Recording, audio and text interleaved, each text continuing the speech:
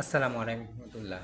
প্রিয় ভাই ও বোনেরা, আমরা এই শোকের মুহূর্তে যদি নিজেদের বিবেককে কাজে না লাগাই, আবেগকে অগ্রাধিকার দেই এবং উচ্ছৃঙ্খল বা বিশৃঙ্খলার সৃষ্টি করি, তাহলে ফ্যাসিস্টের দলরা এর সুবিধা নেবে এবং এর দায় আমাদের উপর চাপাবে, যা কারোরই কাম্য নয়।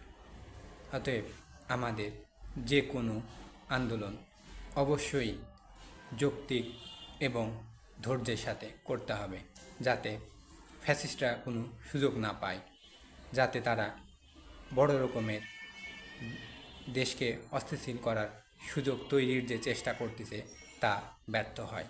প্রিয় ভাই ও বোনেরা, আমাদের মনে রাখা উচিত এদেশ আমাদের, হাদি ভাই আমাদের একজন। যে কোনো অপকর্ম যদি আমরা করি তা হাদি ভাইয়ের সঙ্গে বা তার যাতে অবমাননা করার কেউ সুযোগ না পায়, সেদিকটা আমাদের অবশ্যই লক্ষ্য রাখতে হবে। প্রিয় ভাই ও বোনেরা, আমরা এমন কোনো কাজ না করি যে কাজ দেশকে পেছায় দিবে এবং হাদি ভাইকে অপমানিত বা অবহেলার চোখে দেখার সুযোগ তৈরি করবে। প্রিয় ভাই ও বোনেরা, হাদি ভাই একটি নক্ষত্র যখন উদিত হয় তখন তার আলোয় সকলেই আলোকিত হয়। তিনি আমাদের পথ দেখাই দিয়েছেন, তিনি আমাদের সঠিক রাস্তার সন্ধান দিয়েছেন।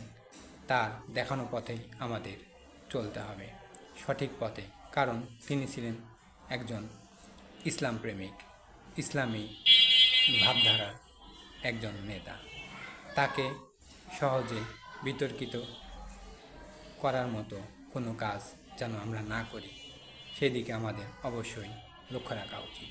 প্রিয় ভাই ও বোনেরা, আমরা আপনাদের কাছে বারবার অনুরোধ করতেছি, আপনারা এমন কোনো কাজ বা বিশৃঙ্খলা সৃষ্টি করবেন না যাতে ফ্যাসিস্টরা সুযোগ নেয়। সকলকে ধন্যবাদ। আসসালামু আলাইকুম।